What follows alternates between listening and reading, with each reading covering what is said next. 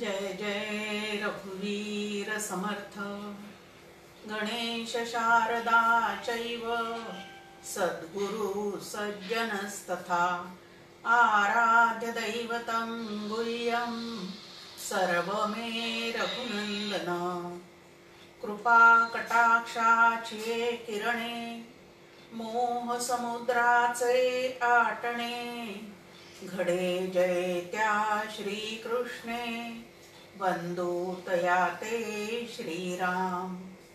जयांचे करिता स्मरण होय सकल विद्यांचे अधिकरण ते बंधू या श्री चरण श्री गुरूंचे। जय जय रघुवीर समर्थ। सर्व रामभक्तांना मनपूर्वक वंदन करते। परमार्थ आणि विज्ञान या ग्रंथावरचा अभ्यास आपला सुरू आहे। गेल्या वेळेला आपण पाहिलं की भक्ती ज्या आहेत त्या दोन प्रकारच्या असतात, एक गौणी भक्ती, दुसरी पराभक्ती। आता पराभक्ती असू दे किंवा गौणी भक्ती असू दे, पण ईश्वरावरची निष्ठा मात्र तुमची आमची सतत चढती वाढती राहिली पाहिजे आणि कायमस्वरूपी ईश्वरावरचा भाव ठिकाणी जागृत राहायला पाहिजे, तरच भक्तीचे एक एक एक एक जे सोपान आहेत ते आपल्याला चढता येतील आणि मग भगवंताशी भेट घेण्यासाठी आपण सगळेजण सिद्ध होऊया। तर हा ईश्वर निर्णय किंवा ईश्वर निष्ठा आतमध्ये बाळगण्यासाठीचा उपाय काय आहे, तर त्याचा उपाय सुद्धा आपल्या समोर दिलेला आहे की ईश्वराच्या आज्ञा मानणे। ईश्वराने कशामध्ये आज्ञा केलेल्या आहेत, तर भगवद्गीतेमध्ये आज्ञा केलेली आहे, संतांच्या ग्रंथांच्या माध्यमातून सुद्धा ईश्वरानेच आपल्याला आज्ञा केलेल्या आहेत, दिलेल्या आहेत असं समजून ते जसंच्या तसं आचरणात उतरवणे याला ईश्वरी आज्ञा पाळणे असं म्हणतात। पण या आज्ञांचं सुद्धा पालन आपण केव्हा करू शकतो, तर ज्या वेळेला आपली श्रद्धा भगवंतावर असेल, श्री गुरूंवर श्रद्धा असेल, त्याच वेळेला आपण या आज्ञांचं पालन करू शकतो। ज्ञानेश्वरीमध्ये आपल्या समोर ज्ञानेश्वर महाराज म्हणतात की श्रद्धा तर असलीच पाहिजे।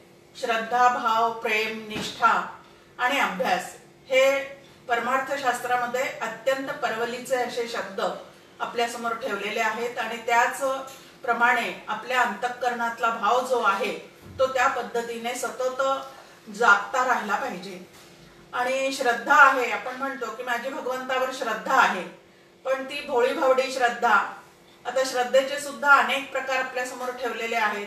ज्ञानेश्वर महाराज म्हणतात, नुसती याची श्रद्धा झोंबोपासी परमपदा तरी तैसे हे प्रबुद्धा सोपे नव्हे। की श्रद्धा आहे, पण त्या श्रद्धेसोबत जर अभ्यास नसेल, निष्ठा नसेल, आज्ञापालन होत नसेल, तर त्या परमपदापर्यंत आपल्याला कसं पोहोचता येणार आहे।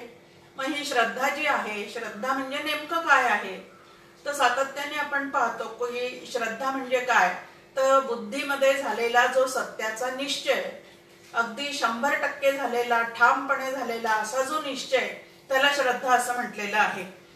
आता या श्रद्धा आणि अश्रद्धा हे दोन शब्द आपल्या कानावर सातत्याने येत असतात। तर अश्रद्धा अंतःकरणाला तर कधीच परमेश्वर भेटू शकत नाही। मग श्रद्धा विकसित झाली पाहिजे, पण ती श्रद्धा सुद्धा नुसतीच आम्ही श्रद्धावंत आहे असं म्हणून चालत नाही, तर त्याच्या जोडीला बरीच काही अजून कमाई, पूर्वतयारी जी आहे ती भगवत भेटीसाठी तुम्हाला आम्हाला करणे अत्यंत गरजेचं आहे। आता श्रद्धेचे आणि अश्रद्धेचे काही प्रकार पाहूयात आपण, म्हणजे आपल्या मनामध्ये सुद्धा नेमकं काय चाललेलं आहे ते लक्षात घ्यायला आपल्याला बरं पडेल। तर अश्रद्धा माणसे जे असतात त्यांच्या ठिकाणी कोल्ह्याला द्राक्ष आंबट ह्या पद्धतीचा त्यांचा स्वभाव असतो। जे आपण मिळवू शकत नाही ते चांगलं नाही, ते असूच शकत नाही, ह्या पद्धतीचा भाव जो आहे तो त्यांच्या मनामध्ये असतो। त्याला कुचकी अश्रद्धा असं म्हटलेलं आहे। उदाहरण समोर ठेवलेलं आहे की एखादा जर चंद्रावर पहिल्यांदा ज्या वेळेला चंद्रावर पाऊल ठेवलं गेलं त्यावेळेला चंद्रावर कोणी जाऊ शकतं का, तिथं कोणी पोहोचू शकत नाही। त्यांनी जे काही आपल्याला फोटो पाठवलेले आहेत ते खूप उंचीवर जाऊन इकडून तिकडून काढून फोटो पाठवलेले आहेत। असं जे काही कोणाला वाटलं असेल तर अशी जी आहे त्यांच्या ठिकाणी कुचकी अश्रद्धा आहे असं म्हटलेलं आहे. दुसरी बेचव अश्रद्धा, त्याच्यामध्ये बाप दाखव नाही तर श्राद्ध कर या पद्धतीचा भाव असतो की देव तुम्ही म्हणता आहे मग आहे तर आम्हाला दाखवा. या पद्धतीने ते लगेच वादावादी करायला सुरुवात करतात. देव आहे तर कशा प्रमाण दाखवा या पद्धतीने काहीतरी त्यांचे प्रश्न असतात आणि ते या ठिकाणी आपल्याला छळत असतात.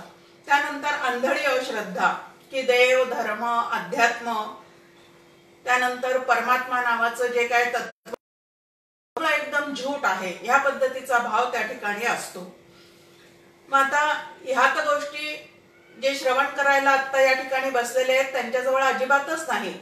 मग श्रद्धा जी आहे ती कशा प्रकारची आहे तर त्या श्रद्धेचे सुद्धा प्रकार आपल्या समोर ठेवलेले आहेत की काही श्रद्धा जी आहे ती कुचकी श्रद्धा असते. कुचकी श्रद्धा म्हणजे काय तर देवधर्म वगैरे देवावर विश्वास आहे पण काहीतरी मिळवण्यासाठी तो देवधर्म चाललेला आहे आणि प्राप्त करून घ्यायचं आहे त्यासाठी मग काहीही करायची त्यांची तयारी असते आणि त्या तयारीमध्ये पशुबळी दिले जातात, नरबळी दिले जातात. त्यानंतर देवदासी जारण मारण विद्या त्या शिकल्या जातात आणि ह्या पद्धतीची जी श्रद्धा आहे त्याला तामस श्रद्धा असं सुद्धा म्हणतात आणि याला कुचकी श्रद्धा असं सुद्धा म्हणतात. त्यानंतर बेचव श्रद्धा म्हणजे ज्याला म्हणतात की कावळा बसायला आणि फांदी तुटायला एकच गाठ पडली त्या पद्धतीने काही योगायोगाने संकटातून अचानक झालेली आपली सुटका असते आणि मग तेवढ्या पुरता त्या देवावर आपला विश्वास बसतो आणि त्या ठिकाणची श्रद्धा त्या ठिकाणी निर्माण होते. तो संकटातून वाचवणार ह्या पद्धतीने फक्त संकटकाळीच त्याचं आठवण येते आणि तो त्या ठिकाणी आहे असं वाटतं. अशी जी आहे त्याला बेचव श्रद्धा असं म्हटलेलं आहे. नंतर अंधळी श्रद्धा, हे कोणीतरी सांगतं की या देवाचा मला असा अनुभव आलेला आहे, इथला देव खूप जागृत आहे. म्हणजे काही ठिकाणचा देव जागृत आहे आणि काही ठिकाणचा मात्र तो झोपलेला आहे. या पद्धतीची काही ठिकाणी श्रद्धा असते त्याला अंधळी श्रद्धा असं म्हटलेलं आहे. आणि ज्या प्रमाणात ही श्रद्धा आपल्या जवळ भगवंतावरची कमी आहे त्या मध्ये अनेक निर्माण होत राहतात आणि म्हणून आपल्याला जी श्रद्धा कमवायची आहे त्याला डोळस श्रद्धा असं म्हणतात. आणि ही डोळस श्रद्धा जी आहे ती कशा कशावर आपली श्रद्धा असली म्हणजे त्याला डोळस श्रद्धा म्हणता येईल. तर आपलं जे वेदांत शास्त्र आहे ते श्री गुरु संत आणि वेदवचन म्हणजे महावाक्याचं जे वचन आहे त्यावरची जी श्रद्धा आहे म्हणजे असंच भगवंताचं स्वरूप आहे ज्या अर्थी वेदांनी सांगितलं, ज्या अर्थी संतांनी सांगितलेलं आहे आणि ज्या अर्थी संतांना त्याची प्रचिती आलेली आहे, श्री गुरूंना त्याचा अनुभव आलेला आहे, त्या अर्थी तो देव तसाच असला पाहिजे. याला डोळस श्रद्धा असं म्हणतात.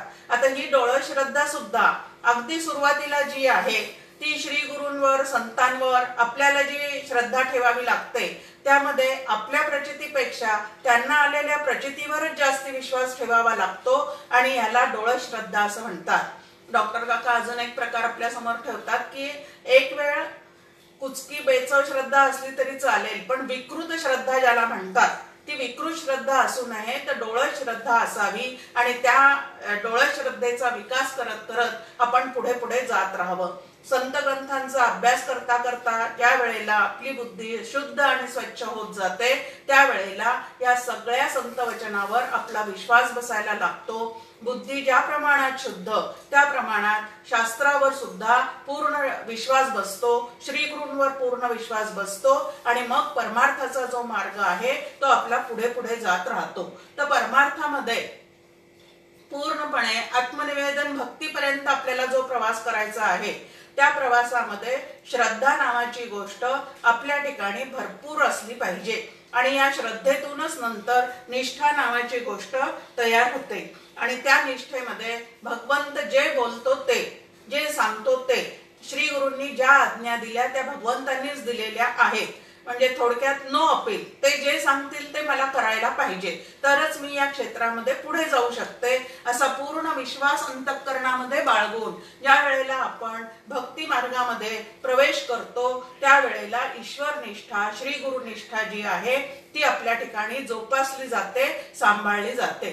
आता ईश्वराविषयीचे भाव सुद्धा आपल्या मनामध्ये जोपर्यंत अनुकूल आपल्याला प्रचिती येते तोपर्यंत ईश्वर आहे, आणि प्रतिकूलता ज्या वेळेला काहीतरी प्रपंचामध्ये निर्माण होते त्यावेळेला मात्र तो आहे की नाही अशी शंका असेल तर तसं असून चालत नाही. आणि त्यासाठी एक दृष्टांत देतात ज्ञानेश्वर महाराज की सटवीची राती न विसंबीजे वाती तैसा ईश्वर निर्णयो चित्ती वाहने सदा. की साधकांनी आपल्या मनामध्ये ईश्वराविषयीचा भाव कसा जागृत ठेवला पाहिजे तर दृष्टांत दिलेला आहे की एखादी मुलगी बाळंतीण झाल्यानंतर 5वीच्या दिवशी म्हणजे सटवीचे राती ते 5वीचं जे पूजन केलं जातं त्या दिवशी तिथं दिवा रात्रभर तेवत ठेवण्याची पद्धत आहे. आता तिथं दिवा कशासाठी रात्रभर तेवत ठेवला जातो तर त्या बाळाचं त्या ठिकाणी प्रारब्ध लिहिलं जातं, भविष्य लिहिलं जातं, या पद्धतीची काहीतरी समजूत आहे. पण मुद्दा एवढा आहे आपल्याला लक्षात घ्यायचा की तो दिवा विजू नये म्हणून ज्याप्रमाणे प्रयत्न घरातली गृहिणी करते त्याप्रमाणे ईश्वराविषयीचा जो भाव आहे अंतःकरणातला तो कधीही कमी जास्ती होऊ न देता स्थिरपणाने राहणे याला ईश्वरनिष्ठा सांभाळणे असं म्हणतात. आणि तसा निर्णय जो आहे तो आपल्या बुद्धीने घेतला पाहिजे. मग ही ईश्वरनिष्ठा अशी आहे की देह जाओ अथवा राहो पांडुरंगी दृढ भाव, होईल ते होय नाका, जाईल ते जाय नाका, पण भगवंत आहे आणि तो जे काही करतो ते माझ्या खरोखरीच कल्याणाचं आहे. मग नुकसान झालं तरी ते कल्याणाचं आहे, नफा झाला तरी तो कल्याणाचा आहे, तो जे काही कल्याणाचं आहे. याला ईश्वरनिष्ठा असं म्हणतात, याला भगवत निष्ठा असं म्हणतात आणि यालाच श्री गुरूंवरची निष्ठा असं म्हणतात. आणि ही निष्ठा जोपर्यंत अंतःकरणामध्ये आपण बाळगत नाही तोपर्यंत परमार्थामध्ये जे काही आहे ते आपल्याला पूर्णपणे प्रगतीला नेऊ शकत नाही. अनुकूल होते म्हणजे जीवनात जे काही घडते ते जे आहे ते त्याच्या इच्छेप्रमाणे नसून माझ्या कर्माप्रमाणे आहे आणि माझ्या कर्मफळाचा दाता तो आहे हे कायमचं लक्षात ठेवलं पाहिजे. मग सुख जरी दिलं तरी ते त्याच्या व्यवस्थेप्रमाणे, दुःख जरी मिळालं तरी ते त्याच्या व्यवस्थेप्रमाणे. जसं आई एखाद्या मुलाला खाऊ देते आणि त्याचे लाड करते तसं त्याला वळण लावण्यासाठी एखादा धपाटा सुद्धा घालते. आता हा धपाटा घालणं हे सुद्धा त्याला वळण लावण्यासाठी आणि कल्याणासाठीच असतं. त्याप्रमाणे आपल्या वाटेला आलेले जे दुःख आहेत त्या दुःखाचं रूपांतर उद्वेगामध्ये न होऊ देता जर आपल्याला या विषयांचं वैराग्य निर्माण व्हावं म्हणून भगवंतानी हे आपल्या पुढे आणून ठेवलेलं आहे असं लक्षात ठेवावं. आणि आणून ठेवलेलं आहे म्हणजे आपल्या कर्मातून जे त्याला पुरावे मिळालेले आहेत त्या पद्धतीने त्यांनी इथं व्यवस्था केलेली आहे असं सातत्याने लक्षात ठेवलं तर ईश्वरावरचा जो भाव आहे तो कमी जास्ती होत नाही आणि स्थिर राहतो. आणि स्थिर असणाऱ्या या भावातून ज्या वेळेला आपण भगवंताची भक्ती करतो त्यावेळेला एक एक पायरी आपल्याला भक्ती मार्गामध्ये पुढे पुढे घेऊन जाणारी ठरते. आता भगवंताची भक्ती किती प्रकारांनी केली जाऊ शकते तर नवविधा भक्ती आपल्या समोर मांडलेली आहे. सध्या दासबोध ग्रंथामध्ये सुद्धा आपले त्याच्यावरचीच निरूपणे चाललेली आहेत आणि आता या ठिकाणी जो विषय समोर आलेला आहे तोही नवविधा भक्तीचाच आहे. मग आम्ही दोनदा तेच भक्तीचे प्रकार ऐकायचे का हो तर ऐकायचे. दोनदा ऐकल्यानंतर अंतःकरणामध्ये ते ठसण्यासाठी जास्ती मदत होते. आणि ऐकता ऐकता श्रवण भक्तीचे जरी दोनदा आपण प्रवचन ऐकले तरी एखादा मुद्दा जो आहे तो प्रत्येक प्रवचनात आपल्याला वेगळा मिळू शकतो आणि म्हणून ऐकलेलेच ऐकावे. म्हणून नवविधा भक्ती जी आहे ती आपण परमार्थ आणि विज्ञान या ग्रंथाद्वारे सुद्धा आता समजून घेणार आहोत आणि दासबोध ग्रंथामध्ये सुद्धा तोच विषय आपला पुढे चाललेला आहे. तर आता ही भक्ती 9 प्रकारची आहे. श्रवण, कीर्तन, नामस्मरण, त्यानंतर पादसेवन, अर्चन, वंदन, दास्य, सख्य आणि आत्मनिवेदन असे 9 प्रकार सांगितलेले आहेत. आता नवद्वार आणि संयम्य असं जे भगवद्गीतेत आपल्याला सांगितलेलं आहे की या शरीराला 9 द्वार आहेत आणि त्या सगळ्या द्वारांचं संयमन करत करत आतल्या भगवंताला आपल्याला भेटण्याची व्यवस्था जी आहे ती या भक्ती माध्यमातून करून ठेवलेली आहे. आता काहीतरी ऐकावं असं आपल्याला सगळ्यांनाच काय असते तो उर्मी असते, त्यानंतर इच्छा असते. बोलल्याशिवाय काहीतरी ऐकल्याशिवाय आपला दिवस जात नाही. मग काय ऐकायचं आहे? व्यवहारातलं जे काय चाललेलं आहे ते तर आपण ऐकतोच, पण खरा श्रवणाचा विषय काय असावा? तर श्रवणाचा विषय देव हा असावा. देवाविषयी कशासाठी ऐकत राहायचं आहे? तर देवाविषयी ऐकता ऐकता देव अत्यंत शुद्ध, स्वच्छ, निर्मळ असल्यामुळे त्याच्याविषयीचं श्रवण करता करता आमचं अंतःकरण सुद्धा शुद्ध, स्वच्छ, निर्मळ होतं. त्यानंतर श्रवण कशासाठी करायचं आहे? तर समर्थ आपल्याला म्हणतात, जेथे नाही श्रवण स्वार्थ तेथे कैचा हो परमार्थ. जिथे श्रवणाचा स्वार्थ साधला जात नाही त्या ठिकाणी परमार्थ सिद्धीला जात नाही. कारण श्रवण केल्याशिवाय आपल्याला साधना म्हणजे नेमकं काय करायचं आहे हे लवकर लक्षात येऊ शकत नाही, आणि म्हणून श्रवण करण्याची नितांत गरज आहे. आता हे श्रवण करत असताना श्रवणाचे विषय काय असावे? तर श्रवणाचा विषय जो आहे तो फक्त भगवंत असावा. त्यामुळे आपल्या कल्याणाचा मार्ग जो आहे तो आपल्याला सापडतो. आता त्यामध्ये सगुणाचंही वर्णन असतं, निर्गुणाचंही वर्णन असतं, अनेक तीर्थक्षेत्राची माहिती आपल्याला श्रवणाच्या द्वारे घेता येऊ शकते. हे तर सगळं आपण ऐकावंच, पण परमार्थामध्ये मुख्यत्वाने आपण काय समजून घेतलं पाहिजे आणि काय ऐकलं पाहिजे? तर ज्या गोष्टी वाचून मला समजू शकत नाही त्या गोष्टी संत संगतीत ऐकत ऐकत माझा त्याच्यावर दृढ विश्वास बसायला लागतो, अशा ज्या गोष्टी आहेत त्या श्रवणामध्ये असाव्यात. आता श्रवणाचा मुख्य विषय काय आहे? तर आपण म्हटलं देव आहे. आता शास्त्रीय शब्दामध्ये श्रवणाची व्याख्या काय आहे? तर वेदांताच्या तात्पर्य निश्चयाला श्रवण असं म्हणतात. असं श्रवणाची व्याख्या सांगितलेली आहे. आता व्याख्या तर पाठ झाली की वेदांताच्या तात्पर्य निश्चयाला श्रवण असं म्हणतात. मग आता वेदांताच्या तात्पर्याचा निश्चय काय आहे, वेदांताचं तात्पर्य काय आहे हे समजून घेतलं पाहिजे. मग आता वेदांताचं तात्पर्य काय आहे?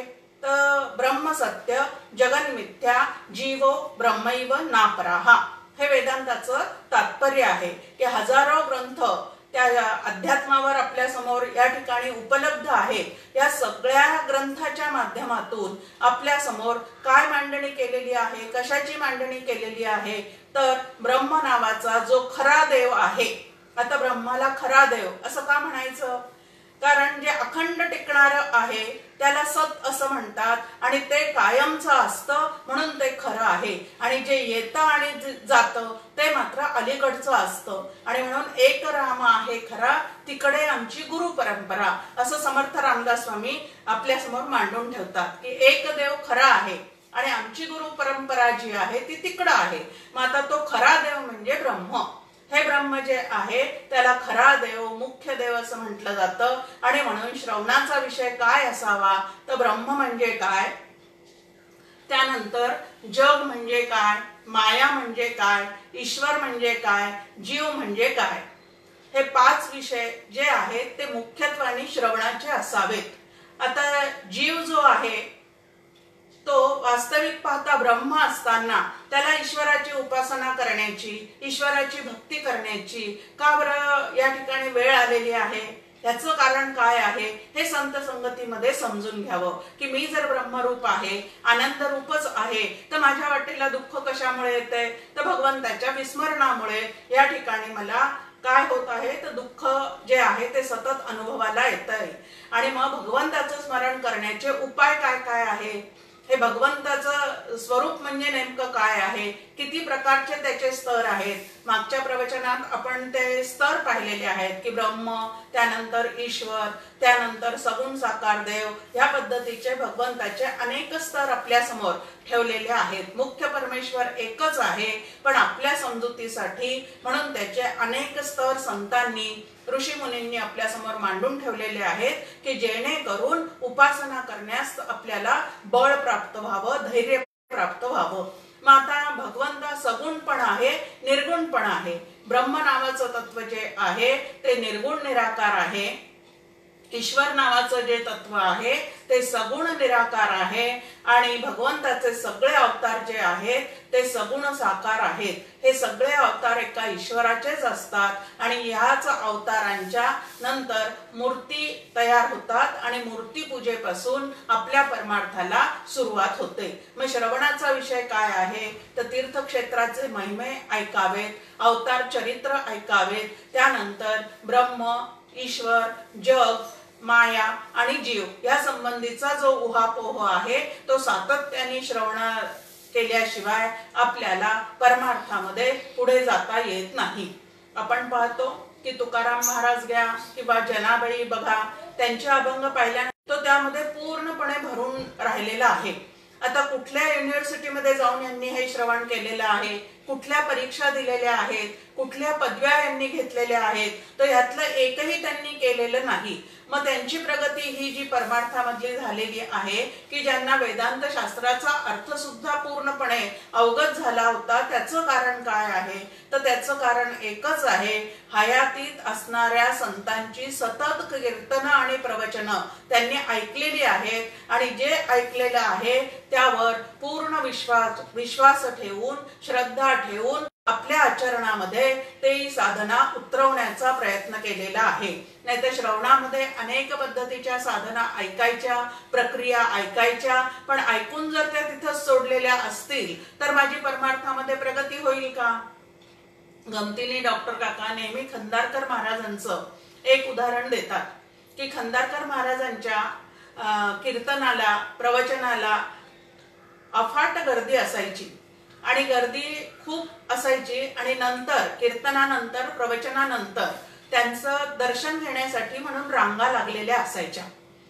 आता खंदारकर महाराज गमतीने म्हणायचे म्हणे की ह्या रांगा कशासाठी लागलेल्या आहेत ते मला एकट्यालाच माहिती आहे की प्रत्येक जो श्रोता आहे तो प्रवचन कीर्तनानंतर माझ्या समोर येतो, पायावर डोकं ठेवतो आणि मला सांगतो की तुम्ही आतापर्यंत मांडलेलं तत्वज्ञान सगळं तुमच्या पायाशी ठेवतो आणि आता मी परत प्रपंचाकडे निघून जातो। मग आता सगळं तत्वज्ञान जर पायाशी ठेवून श्रोते जाणारे असतील तर आत्मनिवेदन भक्तीपर्यंत कधी पोहोचणार आहे? गमतीचा भाग या ठिकाणी सोडून द्यायचा। महत्वाचं आहे की या ठिकाणी काय आहे, अजून एक महत्वाचा मुद्दा डॉक्टर काका सांगतात की वक्ता असतो, त्या वक्त्याचं एक व्यक्तिमत्व असतं, त्या व्यक्तिमत्वाच्या आधारे तो प्रवचन कीर्तनामध्ये वक्तव्य करत असतो। यातला आम्ही घरी काय घेऊन जायचं? वक्ता घेऊन जायचा का त्याचं व्यक्तिमत्वाचा विचार करत राहायचा का त्यांनी जे शास्त्राद्वारे वक्तव्य केलेलं आहे ते लक्षात ठेवायचं आहे?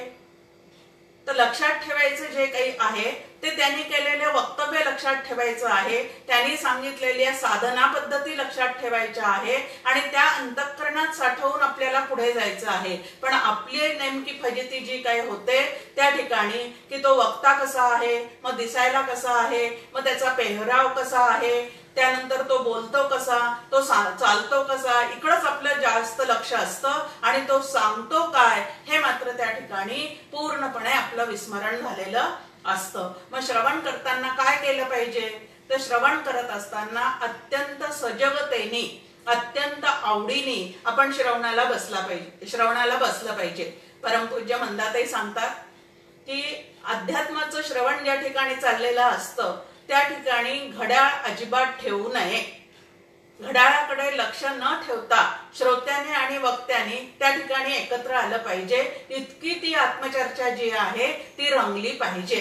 पण आपण पाहतो की वक्ता असू दे किंवा श्रोता असू दे, दोघांचंही 1 तासानंतर घड्याळाकडे लक्ष गेल्याशिवाय राहत नाही।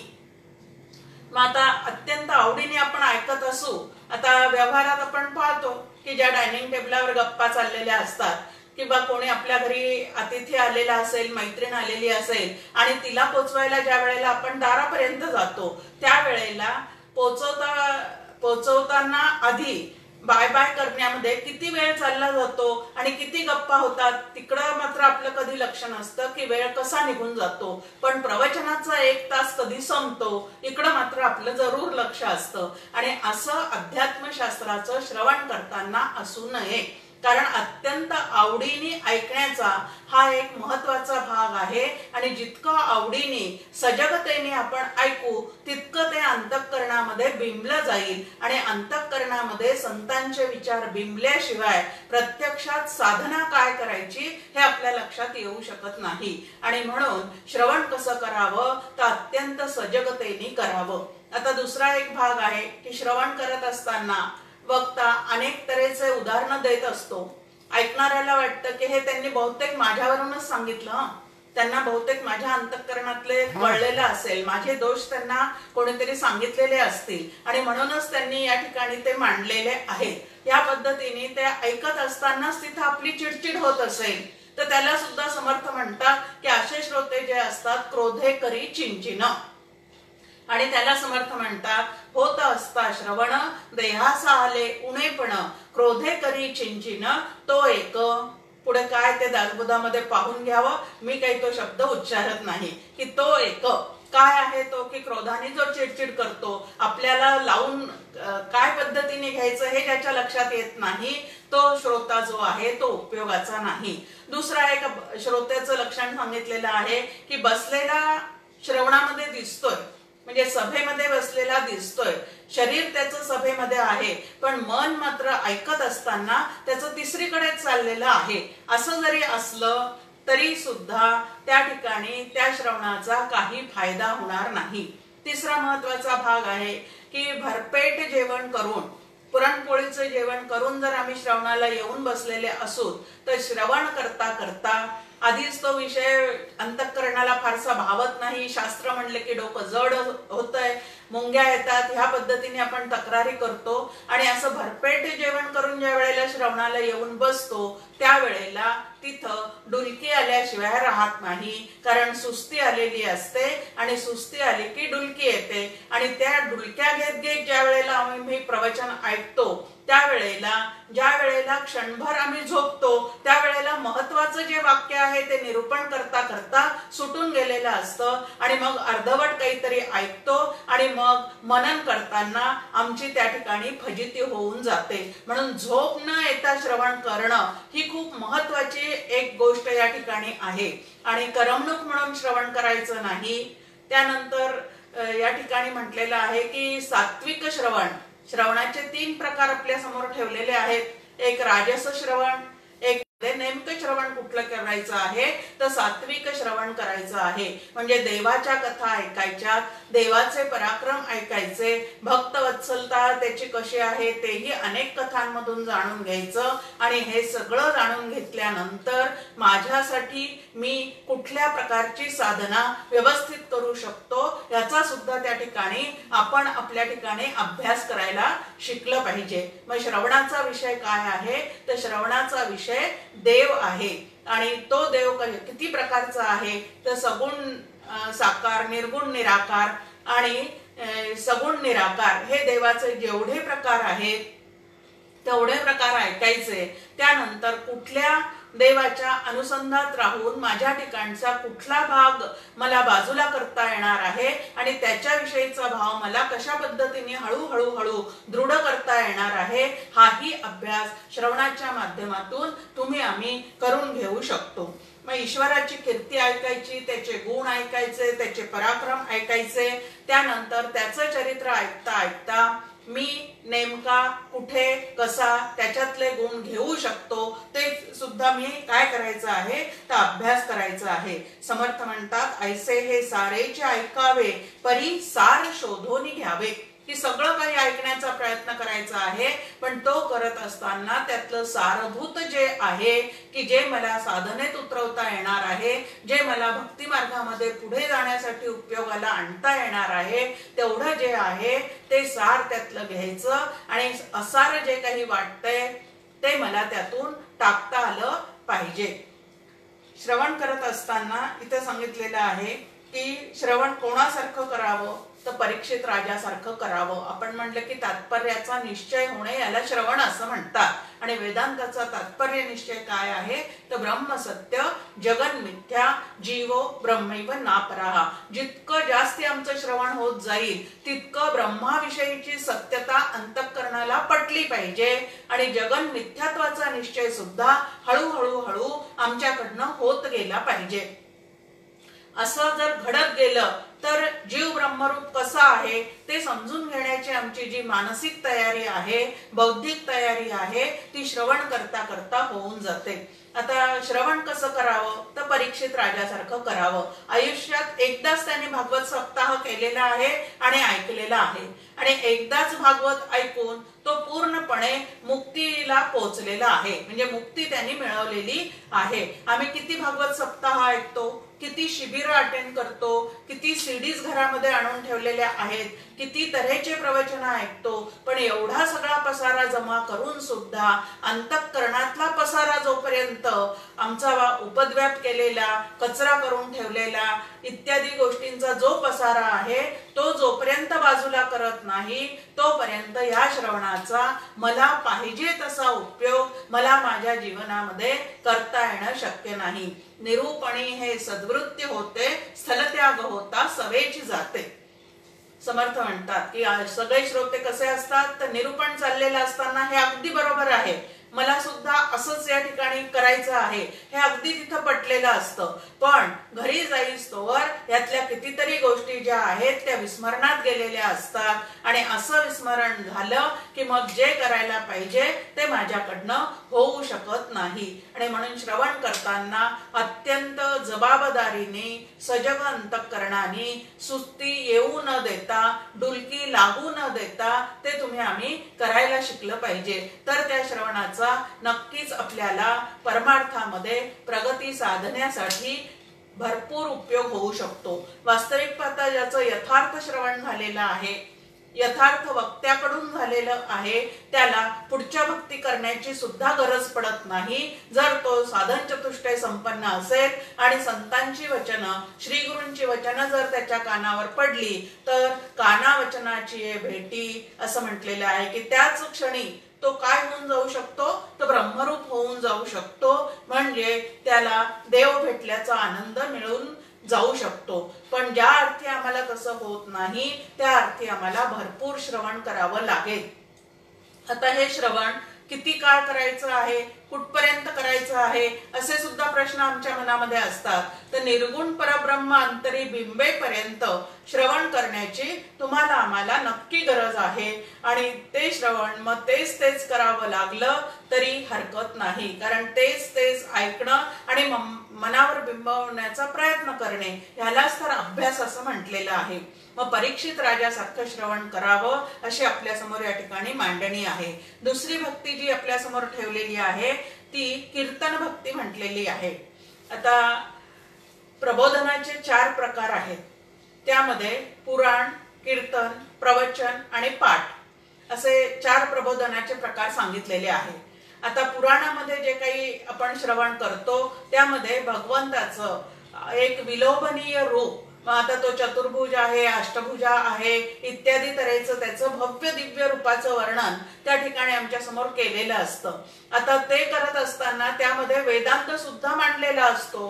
पण पुराणाच्या श्रवणामधून जो वेदांत आम्हाला कळतो तो केवढा असतो त्या ठिकाणी पुराण ऐकताना तर जसं जेवणामध्ये मीठ असतं त्या पद्धतीने की अगदी थोडंसं घातलेलं असतं त्या पद्धतीने तिथं वेदांताची मांडणी थोडी असते. पण प्रपंचामध्ये अत्यंत रममाण झालेले असे तुम्ही आम्ही जे साधक आहोत त्यांना परमेश्वराचं रूप, गुण, कीर्ती याचं वर्णन ऐकता ऐकता मन त्या ठिकाणी ठेवण्याची एक व्यवस्था म्हणून पुराण आपल्या समोर ठेवलं जातं. जसं आपण पाहतो की 1ल्या-2ऱ्या वर्गामध्ये त्या इयत्तेमध्ये जे पाठ्यपुस्तक आपल्याला अभ्यासाला असतात त्या पाठ्यपुस्तकांमध्ये पॅरेग्राफ, लिखाण या गोष्टी कमी असतात आणि चित्र जे आहेत ते मात्र मोठे मोठे दिलेले असतात की जेणेकरून शिकणाऱ्याला त्यातला अर्थ जो आहे तो कळायला मदत व्हावी म्हणून त्या ठिकाणी लिखाण कमी असतं पण चित्र मोठे.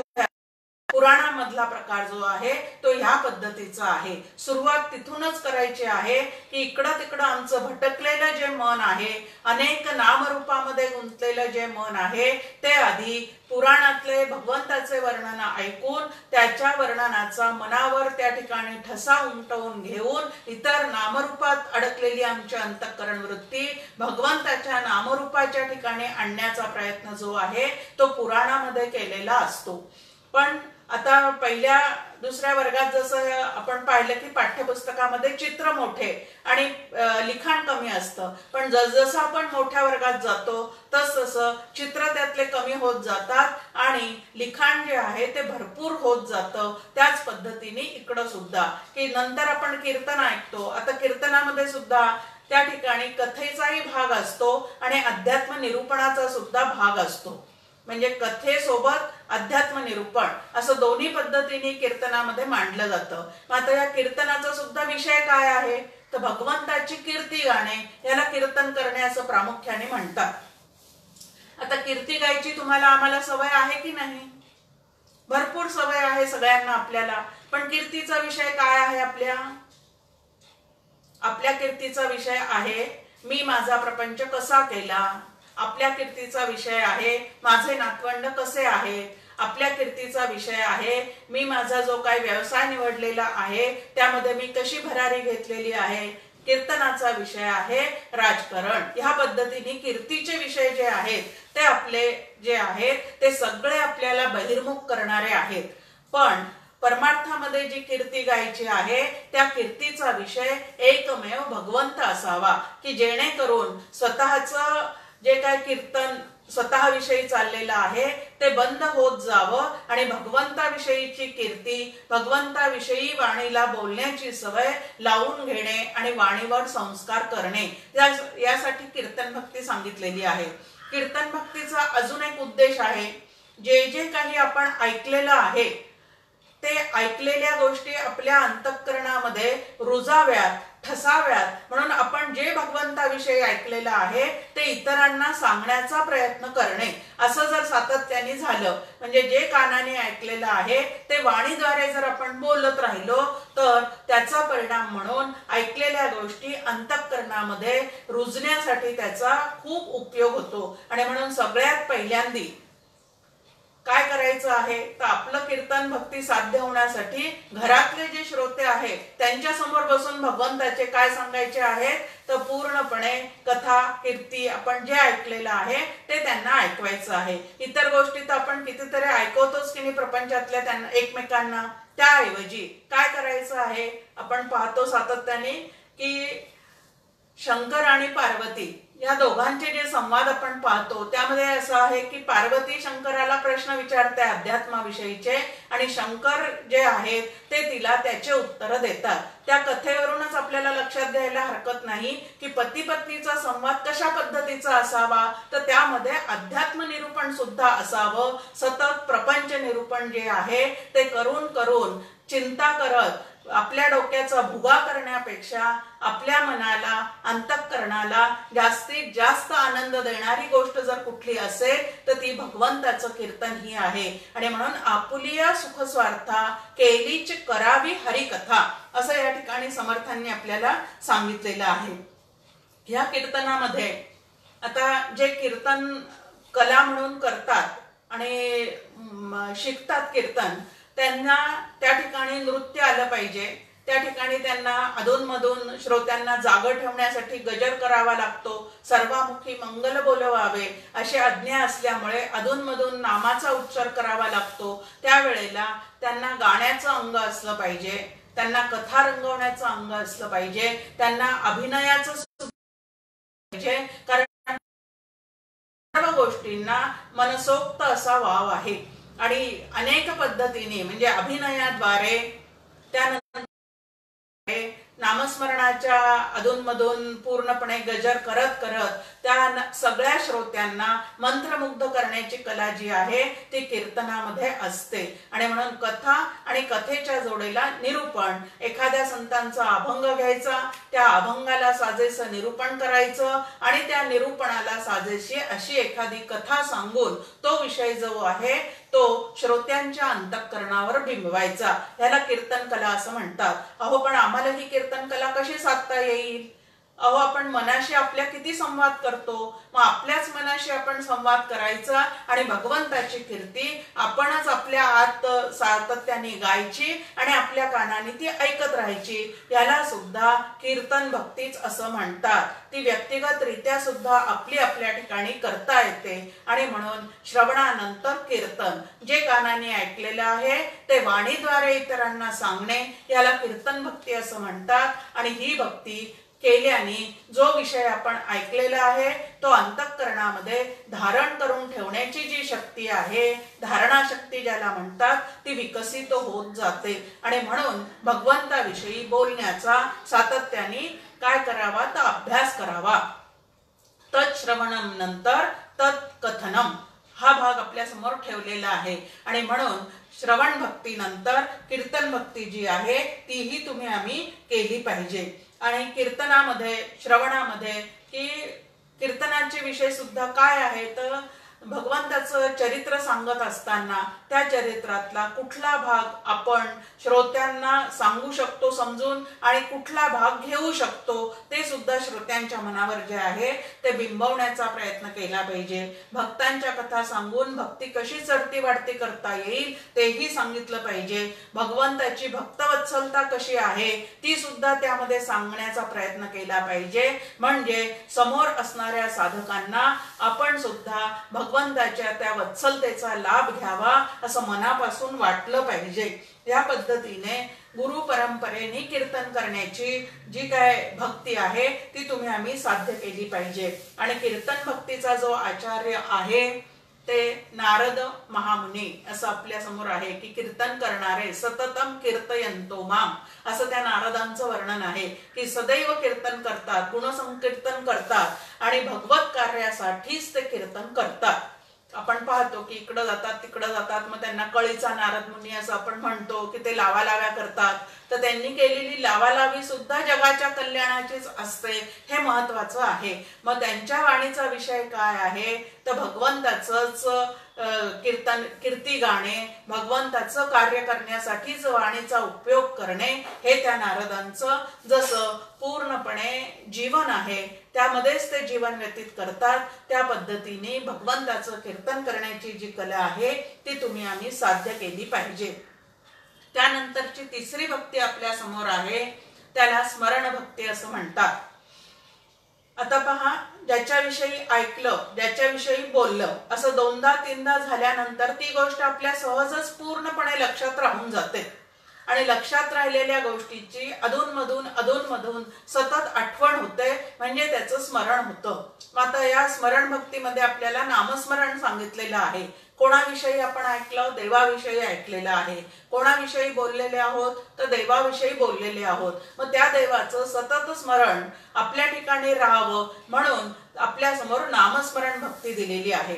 आता ही नामस्मरण भक्ती करत असताना सुरुवातीला नामाचं उच्चारण आहे आणि त्यानंतर सतत त्याचं उच्चारण करता करता त्याचा जो संस्कार आतमध्ये आपल्या उमटत राहतो त्या संस्काराने नंतर त्याचं रूपांतर स्मरणामध्ये होतं आणि स्मरणात जाऊन राहिलेली जी नामभक्ती आहे त्या भक्तीचं लक्षण आपल्या समोर ठेवलेलं आहे की खूप उच्चारण केल्यानंतर त्याचं स्मरण ज्या वेळेला होतं त्यावेळेला जाणीवपूर्वक स्मरण न करता सुद्धा ज्या वेळेला आपलंच आपल्याकडे लक्ष जातं त्यावेळेला तिथं भगवंताचं स्मरण सुरू आहे असं जेव्हा आपल्या लक्षात येतं त्यावेळेसचा जो आनंद आहे तो काही अलौकिक आहे. म्हणून त्याचं रूपांतर कशात झालं पाहिजे तर स्मरणामध्ये झालं पाहिजे. सुरुवात उच्चारणापासून आहे.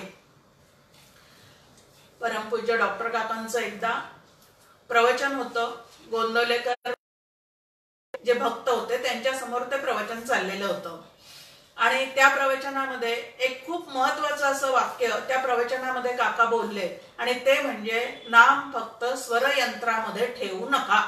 आता नाम फक्त स्वरयंत्रात ठेवणे म्हणजे ते उच्चारण करत राहणे, पण त्या नामामध्ये जो देव आहे त्या देवाचं जे चरित्र आहे त्या चरित्रामध्ये त्याचे जे गुणवर्णन केलेले आहेत ते सगळे गुण माझ्या ठिकाणी येतात की नाही हे मी पाहायला पाहिजे की नाही. समर्थ रामदास स्वामींचं एक वैशिष्ट्य आहे, दास म्हणे रघुनाथाचा गुण घ्यावा, की भगवंताचं स्मरण करा. म्हणजे नाम घेताना आम्ही त्याचं स्मरण करतो की नाही. मग त्याचं स्मरण करायचं म्हणजे काय आहे, तर आता भगवंत सगळ्या जगाचा कोण आहे, चालक आहे असं आपण म्हणतो. की तो कसा आहे, तर जगत नियंता आहे. या जगतावर सगळं काय आहे, तर त्याची सत्ता आहे. मग भगवंताची जर या जगावर सत्ता आहे, तर माझ्या प्रपंचावर सुद्धा त्याची सहजच सत्ता आहे, हे माझ्या लक्षात यायला हवं. पण जेव्हा माझ्यावर काही उलटसुलट प्रसंग येतात, त्यावेळेला मात्र मी ईश्वराची ही सत्ता पूर्णपणे विसरलेली असते. मग असं असेल तर त्या भगवंताचं मला स्मरण आहे का? उच्चारण चाललेलं आहे, पण आतमध्ये मात्र त्याचं स्मरण नाही, की तो जगत नियंता आहे. तो आपल्या कर्माचीच प्रत्येकाला फळं देत असतो. तो कोणाला दुःखही देत नाही, सुखही देत नाही. पण माझ्यावर ज्या वेळेला काहीतरी त्याच्यामुळे मला दुःख मिळालेलं आहे, मी त्याचे इतकं उच्चारण केलेलं आहे, पण त्याने मात्र त्याकडे अजिबात काय केलेलं नाही, तर लक्ष पुरवलेलं नाही, असं कुठंतरी मला वाटल्याशिवाय राहत नाही. आणि हे ईश्वर निष्ठा कमी असल्याचं लक्षण आहे. भगवंताविषयीचा एकही विचार जर अशा पद्धतीने माझ्या मनात येत असेल, तर लक्षात घ्यायला हवं की त्या ठिकाणी ईश्वर निष्ठा, ईश्वर प्रेम जे आहे ते कुठंतरी माझं कमी पडतं आहे. मग नामासोबत त्याचं स्मरण करा म्हणजे काय करा, तर तो सर्व कर्ता करविता तो आहे, हे लक्षात ठेवा. आपल्या वाटेला आलेले कर्तव्य कर्म जरूर आपण करायचे आहेत, पण हे कर्तव्य कर्म करत असताना सुद्धा कर्तव्य कर्म करण्याची प्रेरणा देणारा कोण आहे, ते कर्तव्य पूर्ण करताना मला लागणारी जी शक्ती पाहिजे, त्या शक्तीचा दाता कोण आहे, हे जर माझ्या कायमचं लक्षात असेल, तर मला माझ्या कर्माचा किंवा मी केलेल्या कर्तव्य कर्माचा अभिमान चढणार नाही. नाही तर माझ्यासारखा प्रपंच कोणीच केला नाही, माझ्यासारखं मुलांना कोणीच वाढवलेलं नाही, माझ्यासारखे मुलांसाठी कष्ट कोणीच घेतले नाही, मी आहे म्हणून तुमचा संसार आहे, ह्याचं स्मरण आतमध्ये सतत चाललेलं असेल आणि वर मात्र आमची माळ फिरत असेल हातामध्ये, तर ह्या नामस्मरण भक्तीला कुठे अर्थ आहे का? नाम स्मरण देवाचे करावे, अखंड नाम जपत जावे, असं समर्थांनी आपल्याला सांगितलेलं आहे की स्मरण देवाचं करायचं आहे आणि अखंड नामही त्याचं जपायचं आहे. आपण नाम त्याचं जपतो, पण आतमधलं स्मरण जे आहे ते मात्र त्याचं असेलच याची खात्री आपल्याला देता येत नाही. कारण हातामध्ये माळ आहे, मुखामध्ये नाम आहे आणि मन मात्र प्रपंचामध्ये घिरट्या घालत असेल, तर मात्र कुठंतरी काहीतरी या स्मरण भक्तीमध्ये माझं काय आहे, तर कुठंतरी काहीतरी चुकत आहे. स्मरण देवाचे करावे, अखंड नाम जपत जावे, नाम स्मरणे पावावे समाधान. स्मरणासहित ज्या वेळेला आम्ही भगवंताचं नाम घेतो, त्यावेळेला त्याचं फळ म्हणून समाधान आपल्या समोर ठेवलेलं आहे. मग माझ्या इतक्या माळा झालेल्या आहेत, इतक्या वह्या भरलेल्या आहेत, इतक्या मंदिरांना मी इतक्या वह्या त्या ठिकाणी भेट दिलेल्या आहेत, मग चित्तामध्ये माझ्या समाधान किती नांदत आहे, ह्याचा ज्या वेळेला मी स्वतःच्या ठिकाणी या ठिकाणी पाठपुरावा करून पाहते, त्यावेळेला मात्र लक्षात येतं की नाम चाललेलं आहे, उच्चारण भरपूर आहे, पण आतमध्ये समाधान ज्याला म्हणतात. आता समाधान शब्दाचा अर्थ आहे सम्यक आधान. सम्यक म्हणजे एकसारखी आणि आधान म्हणजे स्थिती, अंतःकरणाची एकसारखी स्थिती, की ज्यामधला आनंद यत्किंचित सुद्धा कमी जास्ती होत नाही, अशी जी अंतःकरणाची स्थिती, सम्यक स्थिती, त्याला समाधान असं म्हणतात. आणि मी त्या ठिकाणी तपासून पाहायचं आहे की खरोखरीच माझ्या ठिकाणी असं समाधान अनुभवाला येतंय का, की प्रपंचामध्ये कुठलेही प्रसंग घडो तरी अंतःकरण जे आहे ते मात्र यत्किंचितही विचलित होत नाही, यत्किंचितही डिस्टर्ब होत नाही आणि माझी साधना जी आहे ती मात्र कुठल्याही परिस्थितीमध्ये तितक्याच आनंदाने सतत सुरू आहे. असा अनुभव मलाच माझ्या ठिकाणी कुठं येतोय का, हे लक्षात घेतलं पाहिजे. आता हे नाम घेत असताना त्या तालावर जीवन जगणे असो नसो की कोणी, असं डॉक्टर काकांचं एक गीतामधली ओळ आहे आपल्या समोर. कशाच्या तालावर जीवन जगायचं, तर नामस्मरणाच्या तालावर जीवन जगण्याचा प्रयत्न करायचा आहे. नेहमी उदाहरण देतात डॉक्टर काका की सर्कसीतले जे काही कलाकार आहेत ते त्यांचं स्वतःचं त्या ठिकाणी कला दाखवत असताना पाठीमागे एक शांतपणे म्युझिक चाललेलं असतं, संगीत चाललेलं असतं, त्यांचं लक्ष त्या संगीताकडे असतं आणि इकडं शरीराची कवायत चाललेली असते. तिकडं लक्ष देऊन इकडं ते कवायत करत असतात. त्याप्रमाणे अंतःकरणात नाम आणि भगवंताचं स्मरण या दोन्ही गोष्टी चाललेल्या असताना आमच्या प्रपंचाची कवायत जी आहे ती आम्हाला करता आली पाहिजे. आणि त्याच्या आधीच आहे त्या तालावर जीवन जगणे असो नसो की कोणी. आपण पाहतोय सध्या घरामध्ये कित्येकांच्या तक्रारी आहेत की प्रत्येक जण आपला आपला मोबाईल घेऊन बसतो, कारण प्रत्येकाचं काम जे आहे ते घरातून चाललेलं आहे. आता ऑफिस वर्क जे आहे तेही मोबाईल समोर बसून चाललेलं आहे. मुलांच्या शाळा ज्या आहेत त्याही मोबाईल समोर बसून चाललेल्या आहेत. आणि अशा वेळेला जी गृहिणी आहे तिची तक्रार आहे की सगळे आपापल्या कामात असतात, माझे काम झाल्यानंतरही त्यांना मला द्यायला वेळ नसतो आणि अशा वेळेला मला अत्यंत बोर होतं. हे बोर होण्याचं कारण काय आहे? मी त्यांना सारखी गृहीत धरते. मग त्या तालावर जीवन जगणे असो नसो की कोणी ही ऐकलेल्या काकांच्या अभंगाचा मला कुठं उपयोग झालेला आहे? माझं मन ज्या वेळेला त्या रामतत्वापासून ढळतं त्यावेळेला मला बोर व्हायला सुरुवात होते. मग आता अखंड नामानुसंधान असेल, तो राम सदैव माझ्या सोबत आहे असं जर माझ्या ठिकाणी भाव निर्माण झालेला असेल तर इतर लोक मला वेळ देत असू देत किंवा न देऊ देत तरी सुद्धा माझ्यावर बोर होण्याचा जो प्रसंग आहे तो कदापिही येणार नाही. पण त्या नामस्मरणापासून मी ज्या वेळेला ढळते त्यावेळेला इतरांकडे काय आहे तर अपेक्षेने पाहते की त्यांनी मला वेळ द्यावा म्हणून, आणि त्यांनी तो वेळ मला दिला नाही की माझा जो मिळालेला वेळ आहे तो चिडचिडीत घालवल्याशिवाय राहत नाही. या पद्धतीने सदैव जीवनामध्ये काय चाललेली आहे आमच्या चिडचिड आणि चिडचिड. आणि मंदाताई गमतीने एक प्रश्न विचारतात, अहो ही चिडचिड बाहेरून येते का आतमधून बाहेर येते? त्याचं उत्तर आहे की आतमधून ती चिडचिड बाहेर येते. कशामुळे ती चिडचिड झालेली आहे तर दुसरा कोणीतरी माझ्यासाठी सतत उपलब्ध असावा असं मला वाटतं आणि म्हणून तो ज्या वेळेला माझ्या मनासारखं वागत नाही त्यावेळेला माझ्या अंतःकरणामध्ये चिडचिड झाल्याशिवाय राहत नाही. मग आता प्रत्येक कर्म करत असताना आम्ही नाम घेऊ शकतो.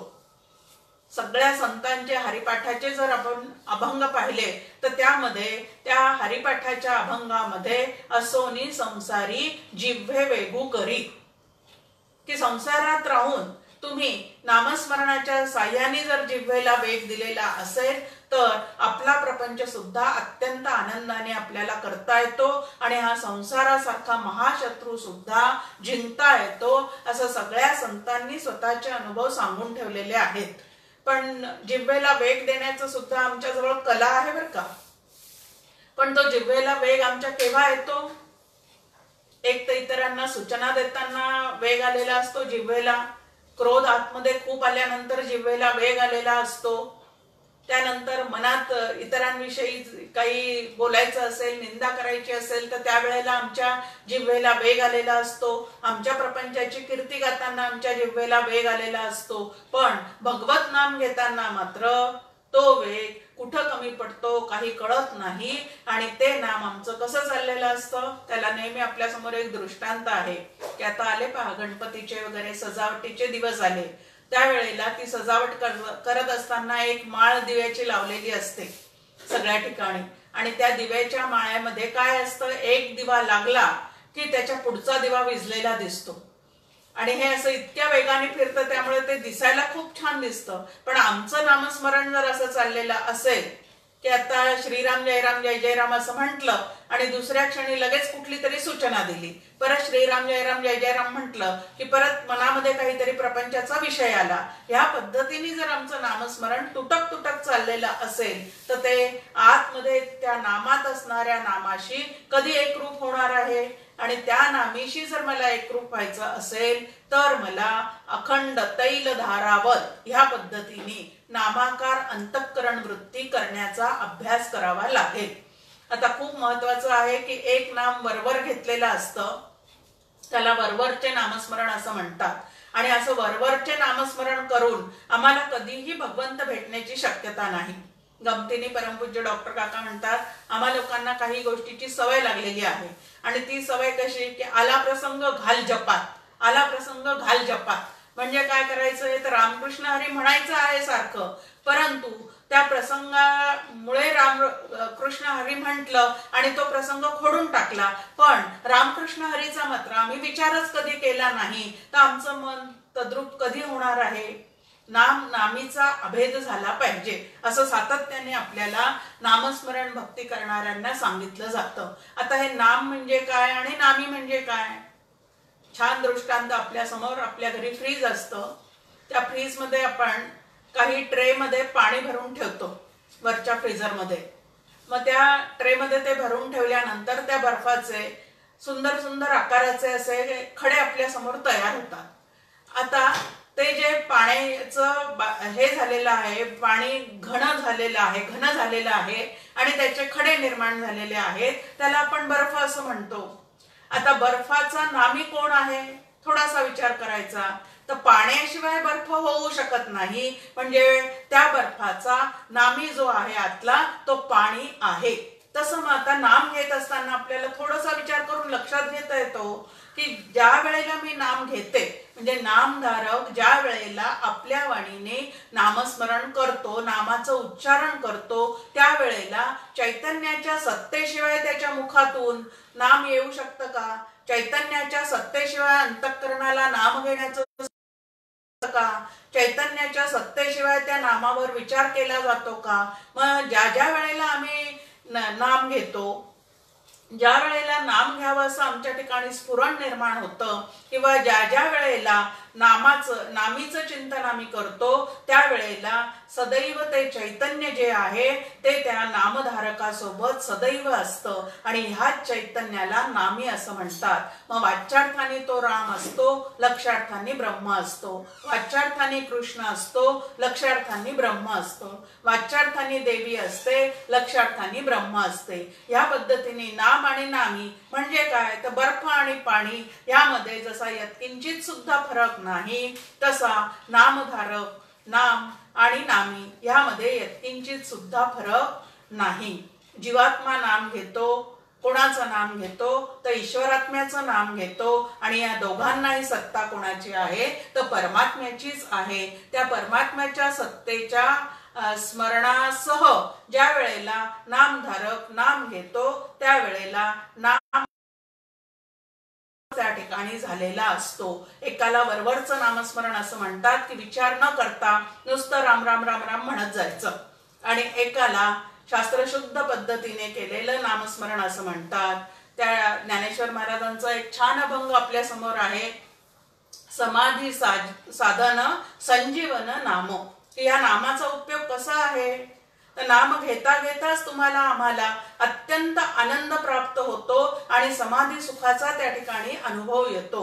संजीवनी औषधासारखं हे नाम जे आहे ते नाम तुमच्या आमच्या आतपर्यंत पोहोचलं पाहिजे. आम्ही नाम घेतो पण त्याचा विचार मात्र जोपर्यंत आतपर्यंत पोहोचत नाही तोपर्यंत नाम वेगळं, नाम देणारा वेगळा, नाम घेणारा वेगळा आणि नामी कोण त्याचा शेवटपर्यंत आम्हाला पत्ताच लागत नाही. नाम चाललेलं आहे पण नामी विषयी आतमध्ये मात्र काहीच कळलेलं नाही. अशी जोपर्यंत फजिती चाललेली आहे तोपर्यंत कुठंतरी काहीतरी आमच्या साधनेमध्ये कमतरता आहे, हे लक्षात घ्यायचं आणि सतत श्रवणाच्या माध्यमातून आम्ही कुठं कमी पडतो ते लक्षात घेऊन आपल्या साधनेमध्ये प्रगती साधण्याचा आम्ही काय करायचं आहे, प्रयत्न करायचा आहे. आता अखंड उच्चारण जे आहे ते आपण पाहतो की कित्येक मंदिरामध्ये आता हल्ली ते यंत्र लावलेले असतात नामस्मरणाचे. मग आता ते नामस्मरणाचे यंत्र सतत चाललेले असतात, तिथे नामाचं उच्चारण सतत चाललेलं आहे, पण ज्या यंत्राच्या माध्यमातून त्या ठिकाणी ते नाम त्या ठिकाणी प्रगट झालेलं आहे त्या यंत्राला त्याची काहीतरी खबर आहे का? किंवा त्या यंत्रामध्ये कुठंतरी भाव जागृती होते का? आता नाम घेता घेता भगवंताविषयीचे भाव अंतःकरणामध्ये अष्टसात्विक भावाचा कुठंतरी आतमध्ये परिणाम होताना तुम्हाला आम्हाला जाणवतो आहे का? हे तुमचं तुम्ही आपलं आपण तपासलं पाहिजे. की आपल्या ठिकाणी असं कुठं भाव जागरण होतंय का की ज्याचं नाम आपण वारंवार वारंवार ऐकतोय त्याच्याबद्दल आपल्या अंतःकरणामध्ये प्रेम निर्माण झालेलं आहे का, गोडी निर्माण झालेली आहे का यंत्राप्रमाणे नुसतंच उच्चारण चाललेलं आहे आणि अंतःकरणाला मात्र अजून त्याचा स्पर्शही झालेला नाही, असं जे काही नाम चाललेलं आहे त्याला स्वरयंत्रात ठेवलेलं नाम असं म्हणतात.